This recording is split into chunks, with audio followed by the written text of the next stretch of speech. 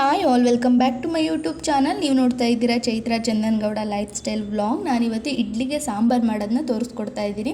ಇದನ್ನು ಮಾಡೋದಕ್ಕೆ ಯಾವುದೇ ರೀತಿಯಾದಂಥ ತೊಗರಿಬೇಳೆ ಅವಶ್ಯಕತೆ ಇಲ್ಲ. ಈ ಸಾಂಬಾರು ಮಾಡೋದು ತುಂಬಾ ಈಸಿ ಮತ್ತು ಟೇಸ್ಟಿಯಾಗೂ ಕೂಡ ಇರುತ್ತೆ. ಮೊದಲನೇದಾಗಿ ಒಂದು 3 ಟೊಮೆಟೊನ ಸ್ವಲ್ಪ ದೊಡ್ಡದಾಗಿ ಕಟ್ ಮಾಡಿ ಹಾಕೊಂಡಿದ್ದೀನಿ. ಅದಕ್ಕೆ ಒಂದು 6-7 ಎಸ್ಲಷ್ಟು ಬೆಳ್ಳುಳ್ಳಿನೂ ಕೂಡ ಹಾಕೊಂಡಿದ್ದೀನಿ. ಒಂದು ದೊಡ್ಡ ಸೈಜ್ ಆನಿಯನ್ನು ಕೂಡ ದಪ್ಪದಾಗಿ ಕಟ್ ಮಾಡಿ ಹಾಕೊಂಡಿದ್ದೀನಿ. ಸಣ್ಣದಾಗಿ ಕಟ್ ಮಾಡಿದ್ರೆ ಏನಾಗುತ್ತೆ ಅಂದರೆ ಎಲ್ಲ ಬೆಂದೋಗ್ಬಿಡುತ್ತೆ. ಹಾಗಾಗಿ ಒಂದು 6-7 ಹಸಿರುಮೆಣ್ಸಿನ್ಕಾಯಿನೂ ಕೂಡ ಹಾಕ್ಕೊಂಡಿದ್ದೀನಿ. ಹಸಿರುಮೆಣ್ಸಿನ್ಕಾಯಿನ ನೋಡಿ ಹಾಕ್ಕೊಳ್ಳಿ, ಯಾಕೆ ಅಂತ ಅಂದರೆ ಮತ್ತೆ ನಾವು ಚಿಲ್ಲಿ ಪೌಡರ್ ಮತ್ತು ಸಾಂಬಾರು ಪೌಡರ್ ಹಾಕೋದ್ರಿಂದ ಜಾಸ್ತಿ ಖಾರ ಆಗಿಬಿಡುತ್ತೆ. ಹಾಗಾಗಿ ಇದು ಹಸಿರುಮೆಣ್ಸಿನ್ಕಾಯಿ ಸ್ವಲ್ಪ ಖಾರ ಕಮ್ಮಿ ಇರೋದ್ರಿಂದ ಹಾಕ್ಕೊಂಡಿದ್ದೀನಿ. ಒಂದು ವಿಷಲ್ ಅಥವಾ 2 ವಿಷಲ್ ಹಾಕ್ಸ್ಬಿಟ್ಟು ಅದನ್ನೆಲ್ಲ ತಣ್ಣಗಾದ್ಮೇಲೆ ಒಂದು ಮಿಕ್ಸಿ ಜಾರ್ಗೆ ಹಾಕಿ ನುಣ್ಣಗೆ ಪೇಸ್ಟ್ ಮಾಡ್ಕೊಬೇಕು. ಇದನ್ನು ತರ್ತರಿಯಾಗಿ ಮಾಡೋಕ್ಕೆ ಹೋಗಬೇಡಿ, ನುಣ್ಣಗೆ ಪೇಸ್ಟ್ ಮಾಡಿ ಇಟ್ಕೊಳ್ಳಿ. ಈಗ ಅದೇ ಕುಕ್ಕರ್ಗೆ ನಾನು 1 ಸ್ಪೂನಷ್ಟು ಆಯಿಲ್ ಹಾಕ್ಕೊಂಡು ಸಾಸಿವೆ, ಜೀರಿಗೆ, ಮೆಂತ್ಯ ಹಾಗೆಯೇ ಒಣಮೆಣ್ಸಿನ್ಕಾಯಿ, ಬೆಳ್ಳುಳ್ಳಿ ಇಷ್ಟನ್ನು ಕೂಡ ಹಾಕ್ಕೊಂಡು ಚೆನ್ನಾಗಿ ಅದನ್ನು ಫ್ರೈ ಮಾಡ್ಕೊತಾ ಇದ್ದೀನಿ. ಈ ಸಾಂಬಾರಂತೂ ತುಂಬಾ ಟೇಸ್ಟಿಯಾಗಿರುತ್ತೆ ಅಂತಲೇ ಹೇಳ್ಬೋದು ಮತ್ತು ಕ್ವಿಕ್ಕಾಗಿ ಆಗುತ್ತೆ. ಒಂದು 10-15 ಮಿನಿಟ್ಸ್ನಲ್ಲೆಲ್ಲ ಈ ಸಾಂಬಾರು ರೆಡಿ ಆಗಿಬಿಡುತ್ತೆ. ಇನ್ನೂ ಯಾರೆಲ್ಲ ನನ್ನ ಯೂಟ್ಯೂಬ್ ಚಾನಲ್ನ ಸಬ್ಸ್ಕ್ರೈಬ್ ಮಾಡ್ಕೊಳ್ದೆ ನೋಡ್ತಾ ಇದ್ದೀರಾ ನೋಡಿ, ಪ್ಲೀಸ್ ಸಬ್ಸ್ಕ್ರೈಬ್ ಮಾಡ್ಕೊಂಡು ನೋಡಿ. ಹಾಗೆ ಈ ವಿಡಿಯೋ ಇಷ್ಟ ಆದಲ್ಲಿ ಲೈಕ್, ಶೇರ್, ಕಮೆಂಟ್ ಮಾಡೋದನ್ನ ಮರಿಬೇಡಿ. ಈಗ ಅದಕ್ಕೆ ನಾನಿಲ್ಲಿ ಕರಿಬೇವಿನ ಸೊಪ್ಪು ಮತ್ತು ಒಣಮೆಣ್ಸಿನ್ಕಾಯಿನ ಹಾಕ್ಕೊಂಡಿದ್ದೀನಿ. ಕರಿಬೇವಿನ ಸೊಪ್ಪು, ಹಸಿ ಕರಿಬೇವಿನ ಸೊಪ್ಪು ಹಾಕ್ಕೊಳ್ಳಿ, ಇಲ್ಲ ಅಂತಂದರೆ ಒಣ ಕರಿಬೇವಿನ ಸೊಪ್ಪು ಕೂಡ ಹಾಕ್ಕೊಬೋದು. ಇವಾಗ ನಾನು ಪ್ಯೂರಿ ಮಾಡಿ ಇಟ್ಕೊಂಡಿರೋಂಥ ಮಸಾಲ ಮತ್ತು ಸ್ವಲ್ಪ ನೀರನ್ನು ಕೂಡ ಸೇರಿಸ್ಕೊತಾ ಇದ್ದೀನಿ. ಅದೇ ಬೇಯಿಸಿ ಇಟ್ಟಿದ್ವಲ್ಲ ಆ ನೀರನ್ನೇ ನಾನು ಚೆಲ್ಲಿಲ್ಲ ಇಲ್ಲಿ, ಅದನ್ನು ಕೂಡ ಸೇರಿಸ್ಕೊಂಡಿದ್ದೀನಿ. ಆ ನೀರನ್ನ ಸಪ್ರೇಟಾಗಿ ಎತ್ತಿಟ್ಕೊಂಡು ಟೊಮೆಟೊ ಮಾತ್ರ ಮಿಕ್ಸರ್ಗೆ ಹಾಕ್ಕೊಂಡಿದ್ದೆ ನಾನು. ಈಗ ಅದಕ್ಕೆ ನಾನು ಚಿಲ್ಲಿ ಪೌಡರ್ ಮತ್ತು ಸಾಂಬಾರು ಪೌಡರ್ನು ಕೂಡ ಹಾಕ್ಕೊತಾ ಇದ್ದೀನಿ. ಇದನ್ನು ಒಂದ್ಸಲ ಚೆನ್ನಾಗಿ ಮಿಕ್ಸ್ ಮಾಡಿಬಿಟ್ಟು ಕುದಿಯೋದಕ್ಕೆ ಬಿಡಬೇಕು. ಈ ಸಾಂಬಾರಂತೂ ಸೇಮ್ ಹೋಟೆಲ್ ಸ್ಟೈಲ್ನಲ್ಲೇ ಇರುತ್ತೆ, ಅದೇ ಥರ ಟೇಸ್ಟ್ ಕೊಡುತ್ತೆ ಅಂತಲೇ ಹೇಳ್ಬೋದು. ನೀವು ಬೇಕು ಅನ್ನೋದಾದರೆ ಹುಣ್ಸೆಹಣ್ಣು ಹುಳಿ ಕೂಡ ಹಾಕ್ಕೊಬೋದು. ನಾನಿಲ್ಲಿ ಹುಣ್ಸೆಹಣ್ಣು ಹುಳಿನ ಸ್ಕಿಪ್ ಮಾಡಿದ್ದೀನಿ. ಆಮೇಲೆ ಅನ್ನಿಸ್ತು ಹುಣ್ಸೆಹಣ್ಣು ಹುಳಿ ಹಾಕಿದರೆ ಇನ್ನೂ ಟೇಸ್ಟಿಯಾಗಿರೋದು ಅಂತ.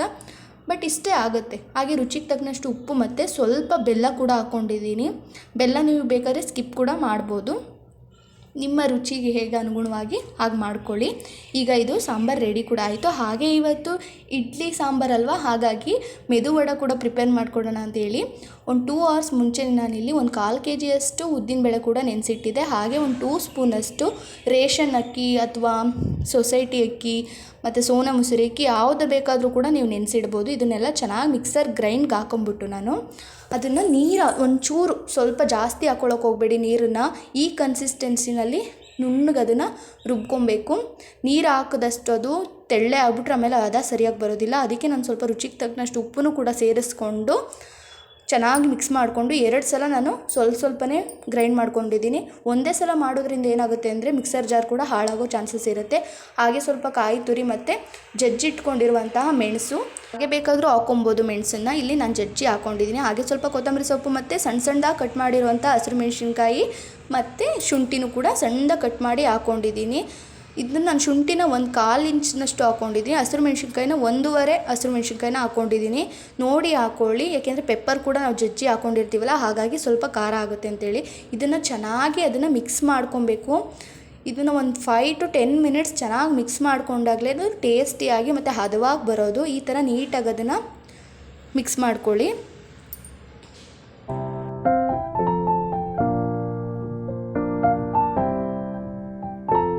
ಇದಕ್ಕೆ ನಾನು ಸ್ವಲ್ಪ ಒಂದೇ ಒಂದು ಚೂರಿನಷ್ಟು ಸೋಡಾ ಕೂಡ ಹಾಕ್ಕೊತಾ ಇದ್ದೀನಿ, ಅಡುಗೆ ಸೋಡಾನ.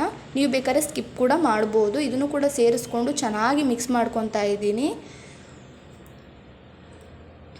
ಒಂದು 10 ಮಿನಿಟ್ಸ್ ಅಂತ ಟೈಮ್ ತೊಗೊಳುತ್ತೆ. ಸ್ವಲ್ಪ ಚೆನ್ನಾಗಿ ಮಿಕ್ಸ್ ಮಾಡಿ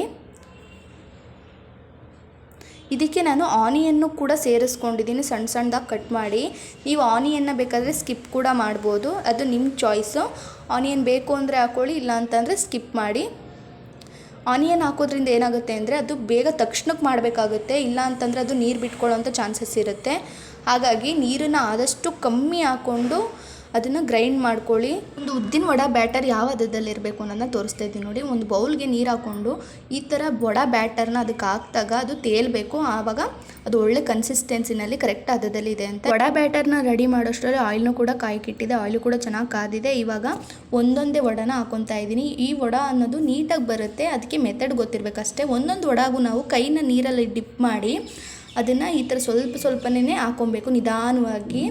ಅದು ಕರೆಕ್ಟ್ ಕನ್ಸಿಸ್ಟೆನ್ಸಿನಲ್ಲಿ ಬರುತ್ತೆ. ಇಲ್ಲ ಅನ್ನೋದಾದರೆ ನೀವು ಹೇಗೆ ಮಾಡ್ಬೋದು ಅನ್ನೋದಾದರೆ ಸಾಂಬಾರ್ದು ಸೌಟ್ ಇರುತ್ತಲ್ಲ ಅದಕ್ಕೆ ಸ್ವಲ್ಪ ಹಿಂದ್ಗಡೆ ನೀರನ್ನ ಸವರ್ಬಿಟ್ಟು ಅದ್ರ ಮೇಲೆ ಮಾಡಿ ಕೂಡ ಹಾಕೊಬೋದು. ಆದರೆ ಅದನ್ನು ಆಯಿಲ್ಗೆ ಟಚ್ ಮಾಡಬಾರ್ದು. ಆಯಿಲ್ಗೆ ಟಚ್ ಮಾಡಿದಾಗ ಅದು ಸೌಟ್ಗೆ ಅಂಟ್ಕೊಂಡ್ಬಿಡುತ್ತೆ, ನಿಧಾನವಾಗಿ ಬಿಟ್ಕೊಬೇಕಾಗುತ್ತೆ. ಇಲ್ಲಾಂದರೆ ಕೈಲೇ ಮಾಡ್ಬೋದು. ಇದು ಸಿಂಪಲ್ ಅಂತ ಅನಿಸುತ್ತೆ, ಅಷ್ಟೊಂದೇನು ಕಷ್ಟ ಆಗಲ್ಲ, ಕೈಲೇ ಆರಾಮಾಗಿ ಬರುತ್ತೆ ಇದು. ವಡೆ ಮಾಡಬೇಕಾದ್ರೆ ಯಾವಾಗೂ ಅಷ್ಟೇ ಅದನ್ನು ಮೀಡಿಯಮ್ ಫ್ಲೇಮ್ನಲ್ಲಿ ಇಟ್ಕೊಂಡು ಮಾಡಬೇಕು. ಈ ಹೈ ಫ್ಲೇಮ್ನಲ್ಲಿ ಇಟ್ಟರೆ ಬೇಗ ಅದು ಸೀದೋಗ್ಬಿಡುತ್ತೆ. ಲೋ ಫ್ಲೇಮ್ನಲ್ಲಿ ಇಟ್ಟರೆ ಆಯಿಲ್ ಚೆನ್ನಾಗಿ ಕುಡಿದ್ಬಿಡುತ್ತೆ. ಹಾಗಾಗಿ ಮೀಡಿಯಮ್ ಫ್ಲೇಮ್ನಲ್ಲಿ ಇಟ್ಕೊಂಡು ಎರಡೂ ಸೈಡು ಚೆನ್ನಾಗಿ ಫ್ರೈ ಮಾಡ್ಕೊಬೇಕು. ಈ ವಡೆ ಬೇಗ ಮೇಲ್ಗಡೆ ಗೋಲ್ಡನ್ ಕಲರ್ ಬಂದ್ಬಿಡುತ್ತೆ, ಆದರೆ ಒಳಗಡೆ ಬೆಂದೇ ಇರೋದಿಲ್ಲ. ಹಾಗಾಗಿ ನೀಟಾಗಿ ಅದನ್ನು ಎರಡೂ ಸೈಡು ಚೆನ್ನಾಗಿ ಬೇಯಿಸ್ಕೊಬೇಕು. ಮೀಡಿಯಮ್ ಫ್ಲೇಮ್ನಲ್ಲಿ ಇಟ್ಕೊಂಡು ಆದಷ್ಟು ಟ್ರೈ ಮಾಡಿ ಬೇಯಿಸೋಕ್ಕೆ. ಈಗ ಈ ವಡೆ ಕೂಡ ತುಂಬಾ ಟೇಸ್ಟಿಯಾಗಿ ಬಂದಿತ್ತು. ಈ ವಡೆ ಅಂತೂ ನೀವು ಮಿಸ್ ಮಾಡದೆ ಟ್ರೈ ಮಾಡಿ. ಹೇಗೆ ಬಂದಿತ್ತು ಅನ್ನೋದನ್ನ ನಾನು ಕಮೆಂಟ್ ಬಾಕ್ಸ್ನಲ್ಲಿ ಮೆನ್ಷನ್ ಮಾಡಿ. ತುಂಬಾ ಟೇಸ್ಟಿಯಾಗಿತ್ತು ಈ ವಡೆ ಅಂತೂ. ಈಗ ಇಡ್ಲಿ ಜೊತೆಗೆ ಸಾಂಬಾರು ಮತ್ತು ಮೆದು ವಡೆ ಕೂಡ ಪ್ರಿಪೇರ್ ಆಯಿತು. ನಾನೇನು ಚಟ್ನಿ ಏನು ಮಾಡೋಕ್ಕೆ ಹೋಗಿಲ್ಲ, ನೀವು ಬೇಕು ಅಂದರೆ ಮಾಡ್ಕೊಳ್ಳಿ.